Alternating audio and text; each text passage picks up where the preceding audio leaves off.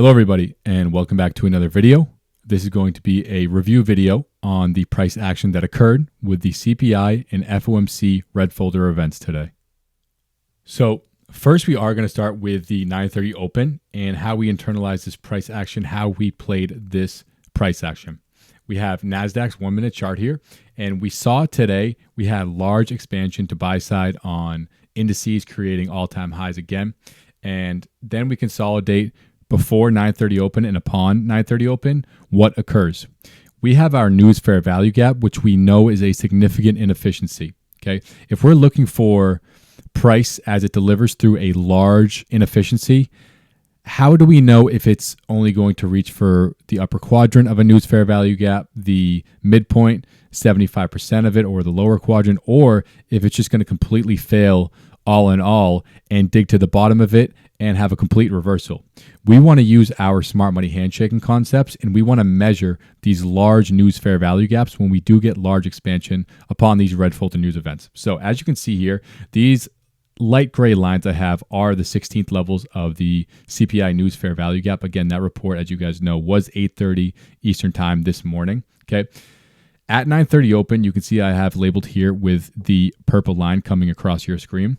We drop down on Nasdaq and take out this swing low. But what's significant about this? We have our SMT inside of this news fair value gap, but more precisely, we're seeing that SMT occur at one of these 16th levels, and we're seeing the body respect this level. Okay, so you have your crack and correlation within a significant inefficiency. The bodies are respecting this key reference point, a 16th level, and just as a foundation, we know that the higher time frame direction institutional order flow on indices has been extremely bullish, making higher highs, making all-time highs again and again. So we're playing and we're seeing price show us this potential turning point down here that would be a liquidity sweep of opposing liquidity against the higher time frame bias and send us back in that bullish direction, which is what we want to see upon 9:30 open. So after we have the crack and correlation inside of our significant inefficiency, what do we see occur? This down close candle that was used to create the SMT is used to propel price higher. That is a change in the state of delivery after the SMT. That 1-2 punch in and of itself is extremely powerful. I suggest that you start to look at that in your charts, do some back testing, and see how when we do have these SMTs, you'll see a down close candle. In this case, since we ran the lows on Nasdaq, you'll start to see a down close candle support price before we get a setup, right? And then you'll grow into feeling confident, feeling comfortable, especially like we mentioned, when institutional order flow is indeed bullish. You'll feel comfortable when you want to enter on trades like this when we have change in the state of delivery before we actually see it expand. But let's continue through this order flow. We have that change in the state of delivery off the order block. We expand higher. And now this close right here where you guys see my cursor, what is significant about this? Okay. Yes, we have expansion. Yes, we saw the support off the order block after the SMT. But what are we doing? We're closing back above the high of that news fair value gap. So we never lost the news fair value gap per se in terms of just support, right? We never closed all the way back down below the entirety of the news fair value gap. The news fair value gap totality is not depicted in this chart for clarity's sake, right? But we closed back above it after we had the crack and correlation, the deeper discount objective. I use that in RTO live streams and just whenever we talk about price, whether it's live or in review. The deeper discount objective, in this case, it's the SMT inside the news fair value gap. And then we reclaim the high of the news fair value gap, which is the significant inefficiency. Okay. After the deeper discount objective is complete and we reclaim the high, then you expect to see those signatures of strength where we don't want to see price spend a lot of time. If it even does come down into the news fair value gap again, we don't want to see it spend a lot of time and dig down again. So what do we see occur here? Closer above the news fair value gap high, as we just mentioned, but these two consecutive BISIs. Remember, this is 9:30 open. This is the first expansion after that 9:30 open. This is your 9:30 fair value gap. A significant inefficiency over the high of that other significant inefficiency, the news fair value gap. Okay, this expands us higher to our buy side liquidity target, and we do continue to make higher highs throughout the day and we will discuss that in the following slides. Let's continue here to the S&P's 930 open long and how we were internalizing this live when we were watching this price action. So again, same lipstick, same key times, key PD arrays, key inefficiencies, right?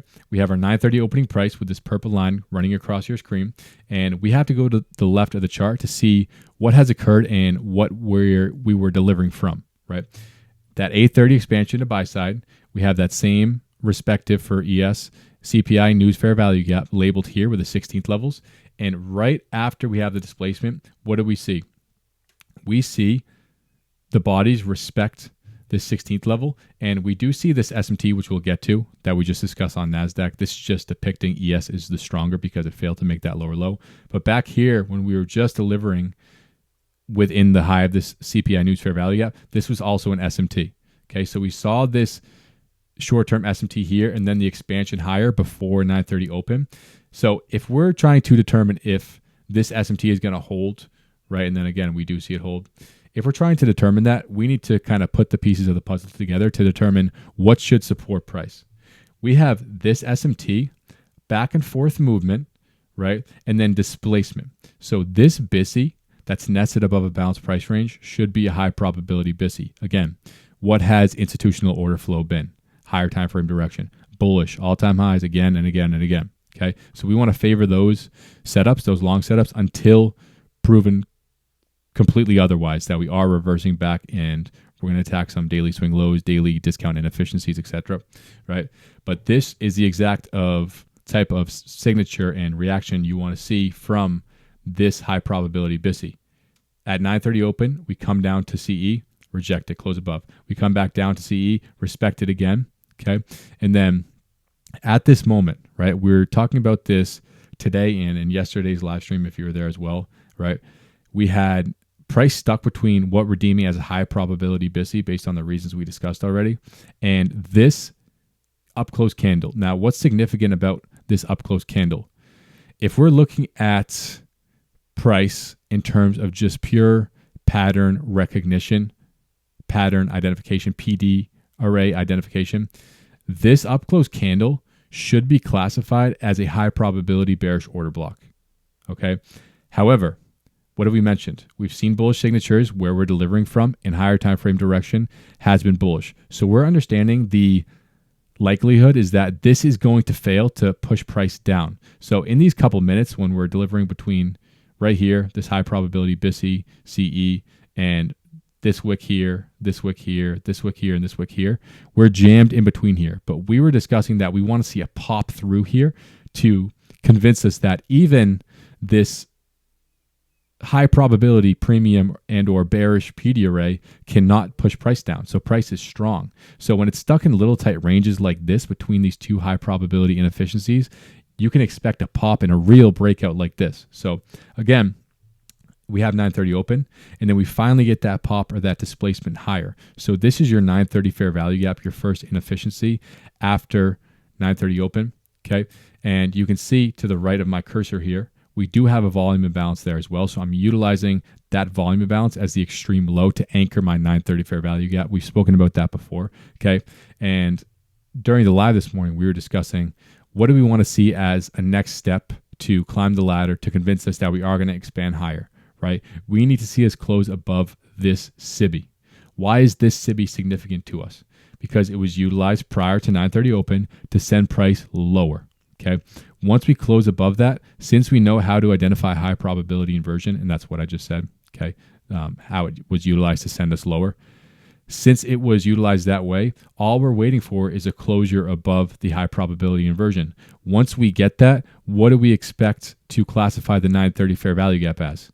A breakaway gap, because the high probability bullish inversion is going to act as a smoke screen for price, and it's not going to want to reach down to the 930 fair value gap. So these are times where you can expect price, and you want to see price if you're looking for higher targets to be met. You don't want to see price come back down to the 930 fair value gap, because it's also showing you what? The 930 fair value gap is extremely significant, and it's showing you it doesn't even want to go back down there. So that's a signature of strength, right? And we spoke about it on the live this morning, and we will in the following slides, how we could have traded this move upwards, Okay. But the logic remains the same for how we're internalizing price action. Okay. Identifying algorithmic signatures, identifying high probability and significant PD arrays, and then trading in the direction of whatever your draw on liquidity is, your bias, your higher time frame direction. Okay. So if we continue forward, we're going to go to the 950 macro. Okay. So this is what we just discussed down here where I'm circling. Okay. We did take the lipstick off because I want to make this particular fractal of price and what I am about to discuss as clear as possible. Okay. We have our low right here. This is your low at 930. So the intraday low. Okay. And then this high here before this retracement, right? Before these consecutive down close candles, this is where I'm utilizing the intraday dealing range. Before we make these higher highs, don't focus on price action over here in the top upper hand and top right corner of your screen. We'll get to that in a bit. But we have this range here, and we're trying to say, where is price, quote unquote, allowed to retrace to? What's significant to us now? Because as we mentioned today in this recording and this morning when we were watching this, we're at all-time highs. If we're looking for a continuation, we don't have a buy-side liquidity pool to target. We don't have a premium inefficiency, right? So this is when these intraday lower time frame dealing ranges can be really, really significant, right? And really useful to gauge continuations, right? So again, we have our intraday low right here, our intraday range high right here, and these three consecutive SIBIs. So look at this little one here, that busy, this larger one here, and then this little one up top. I'm using those three consecutive inefficiencies for my anchoring, right? But why is this significant? Because it is the equilibrium fair value gap. This is a form of high probability or significant inefficiencies, I should say. I will be releasing a video on that, a full list and breakdown with examples of significant inefficiencies, right? But the equilibrium fair value gap is important, okay? Just know that for now. Also, what is price showing you here as well? If this is the intraday range high and low, and this middle blue line at the right side, 543450, that's equilibrium of the intraday range. When we made this swing high, price is showing you what? It doesn't even want to go down to equilibrium or a discount of this 1 minute refined dealing range, right? It's strong. It doesn't care, okay? So you can say, yeah, in hindsight, that's good, but how could you have played it? Right here, we're going to get to this candle right here to the right of my cursor, this up close candle, and we're going to discuss how we could understand that, okay, this low safe, equilibrium will not be returned to, okay? So if you recall from my Macro Power 3 video that was released last week, this was a beautiful example of that. And if you did not watch that, I highly, highly recommend you go watch that. It will change the way you look at charts, especially if you're operating on the 1 minute chart. It helps you get rid of so much of the noise, right? So much of the guesswork. You literally just have to wait for the setup. Of course, this does not mean that you never have a losing trade. I have losing trades. Everyone has losing trades, right? But the precision that you'll see in the way that the algorithm moves price around is insane in relation to these, right? And the setups that are provided after the concepts discussed in that Macro Power 3 video. So again, we see your 950 macro open. We know the bias is what? Bullish. Price drops below macro opening price, below some of these lows here, into a significant inefficiency. And then what does it do? Closes above your macro BPR, right? Those are the steps. And that is like the process, step 1, 2, 3, that you want to see to validate an entry, right? And to say, okay, we're going to continue higher, okay? But what really, after this close right here, you want to see us expand higher. That's the signature. But what really said, okay, I expect speed now, right? This candle right here, we said we expect speed now. Because after we delivered and we're kind of very short term, right? This is a 1 minute chart. Consolidating in and around this macro BPR, again, sell side delivery, buy side delivery, okay? After we had the SMT and then the reclaim of the macro BPR, that's when you expect speed. Similarly to what we discussed with the Nasdaq first example today with the CPI fair value gap, when it closed back above that new fair value gap high, we're looking at that here, right? We already had the manipulation below the macro opening price. We already delivered to a significant inefficiency, this equilibrium fair value gap. We already saw price show an unwillingness to go to equilibrium of this refined dealing range, okay? And then we have the SMT. After the SMT, we reclaim the high of the macro BPR, and there's nothing else for us to do. So you should expect speed, and by extension, what should this down close candle to the right of my cursor be? a high probability order block. You expand higher, we make higher highs, etc., etc. Really beautiful stuff. Okay, so now expanding to the afternoon session, leading into, and then we'll look into how FOMC delivered. We are looking at a 5-minute chart. On the top is Nasdaq. On the bottom is the S&P. Okay, and we see that crack and correlation where this swing low, where my cursor is on Nasdaq, was your AM session low right at 9:30. Okay, and you can see upon the FOMC news event, that's this down close candle here on the top and this down close candle here on the bottom on ES respectively. We can see that Nasdaq was stronger and didn't want to go lower. We saw that ES did what? Did in fact take out that 9:30 AM session low. Okay, so in general as well, looking at this 5-minute chart, we have expansion higher time frame direction has been what? Bullish. And then leading into the FOMC event, which is to be expected, we have consolidation, right? If we're expecting and looking for volatility to be provided for the FOMC event, they're not going to expand it here and then just expand it all day and then just continue to expand it for FOMC. They need to have expansion, then consolidation before the next move occurs. Okay, so again, this is important, but it's simple, right? The bias has been bullish. The direction has been bullish. Upon the FOMC event, what do? They leave the consolidation or the engineered buy-side liquidity highs on both indices, and they're running the consolidation or engineered sell-side liquidity lows. And that's important. When we have consolidation, you want to see them leave the liquidity pool that's in the direction of the higher time frame order flow and take out the opposing direction that's in the direction or opposed to the direction of the higher time frame order flow, Okay. On top of this, the icing on the cake, you see that SMT right there where ES went lower, Nasdaq did not. Okay. So let's move forward and let's focus in on Nasdaq here. Okay. We're still on the 5-minute chart and the SMT is important, but what occurred here? Intraday low, not taken. Intraday high with the engineered buy-side liquidity and equilibrium of the intraday range. That is this level on the right, 19,460.75. Okay. And we see beautifully that SMT occurs right at equilibrium of the range. And look at the bodies respect this. Remember, the highs are still left intact. The lows are taken out, right? Traders are going to think that this is strong resistance. Okay. This is a break below lows and we're going to go lower now. No, this crack and correlation is significant to us.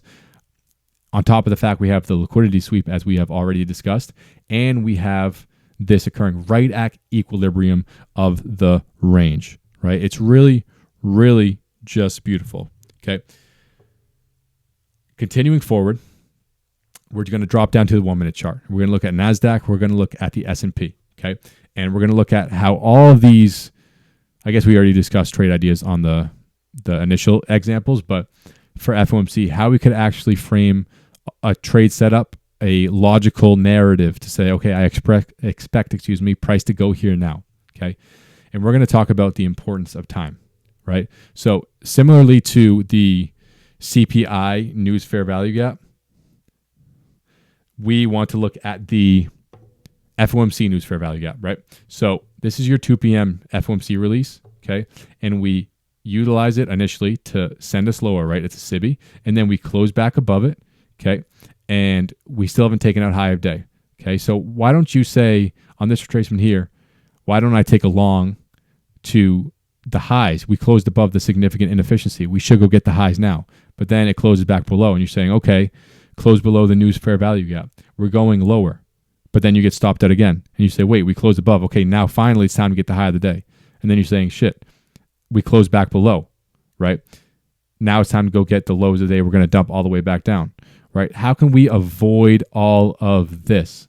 How did we know that finally this would occur right here, this news fair value gap support to the highs?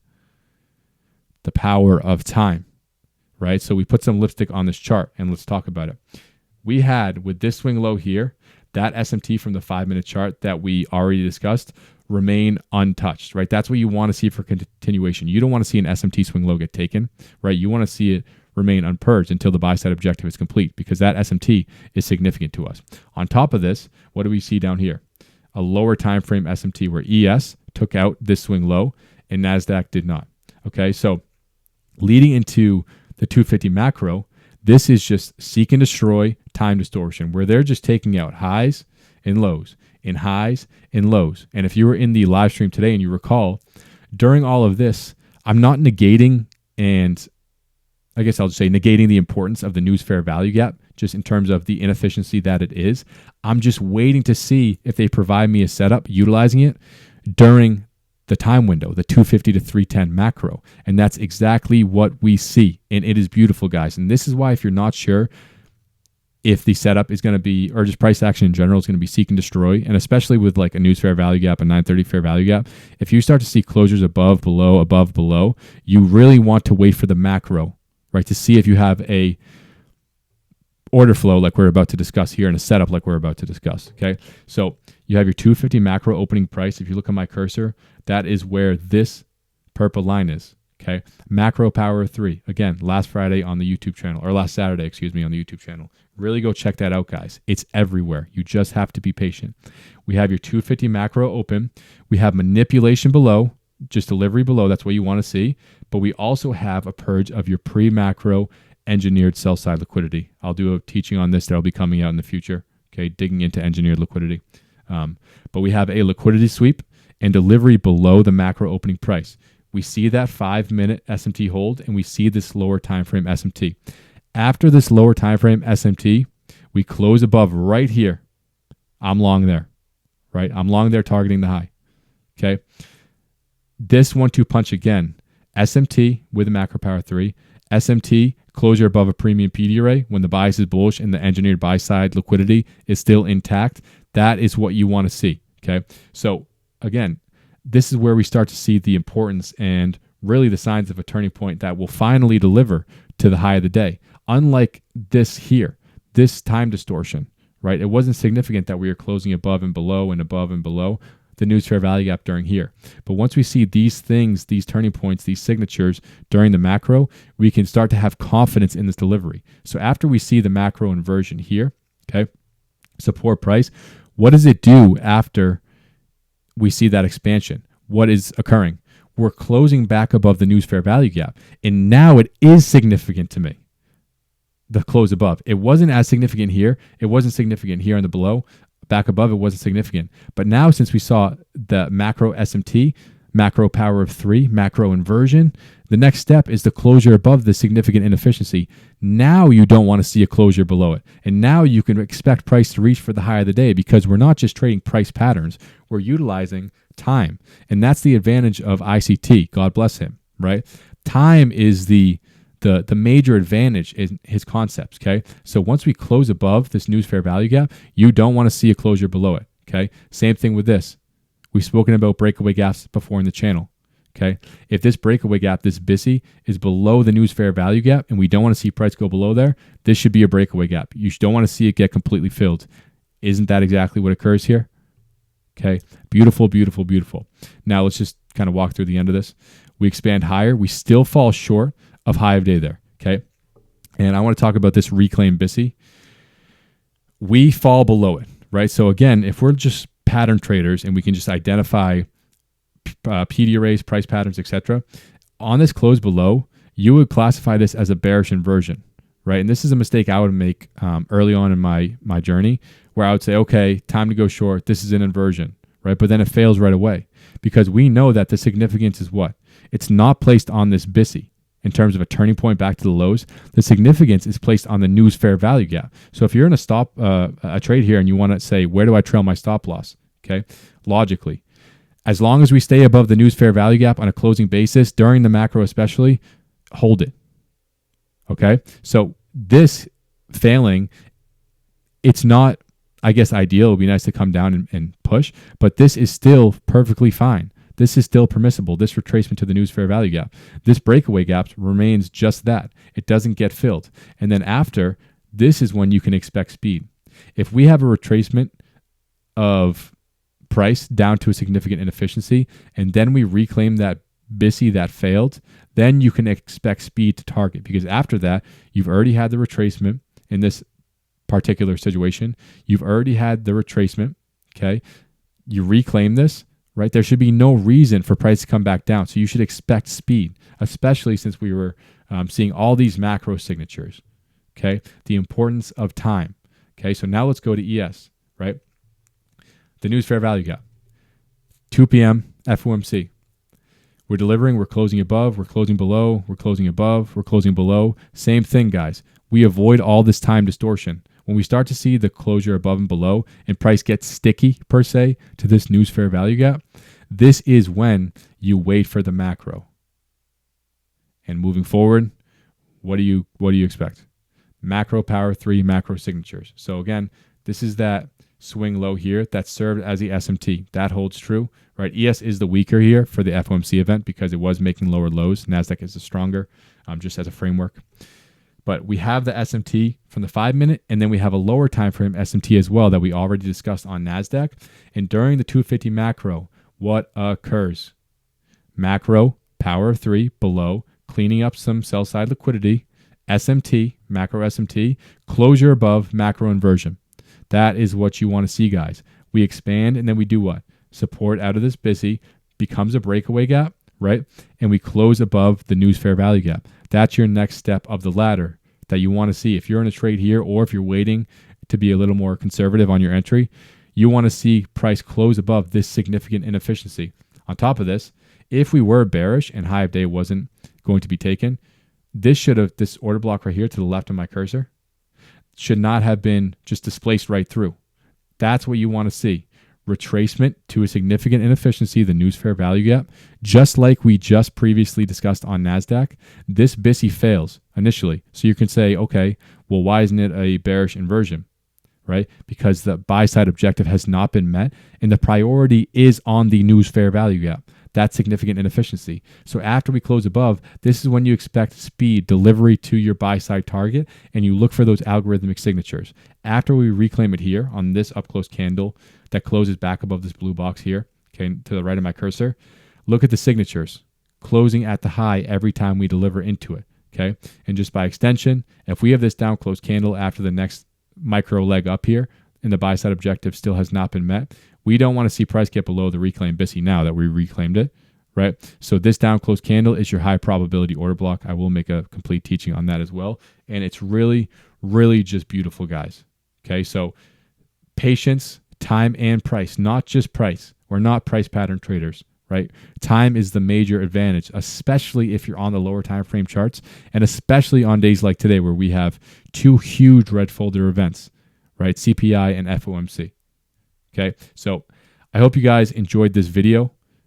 There was a lot of key and beneficial takeaways from today's price action. Okay, if you're not seeing this price action now, really, really just submit to the process. Allow yourself to fail, right? You're going to get it wrong, but those quote unquote losses or failures, and I don't even like that terminology, but those are your exact means of education. You need to get it wrong to understand where you need to improve. And you just keep going and you're persistent until it clicks in your head, right? The more you show up, the more you review, the closer you are to having that moment where you say, bingo, light bulb moment. This just changed. This has changed everything, right? I finally see macro power 3. I see macro signatures with macro power 3, right? Whatever it is, you never know when that moment's going to come where you say, wow, this thing, I see it occur every day and it changed everything, right? So again, guys, embrace your difficulties, embrace the quote unquote failures you have in your trading, right? Head on. Okay. Submit to the process. If you guys have any questions, leave some comments down. If you guys have any just comments on today's price action, what you guys saw, if you guys think I missed anything, I would love to hear it. Okay. As always, thank you for watching. We have another video dropping this Saturday morning at 10 a.m. Eastern time. So I will see you guys here on the YouTube channel this Saturday.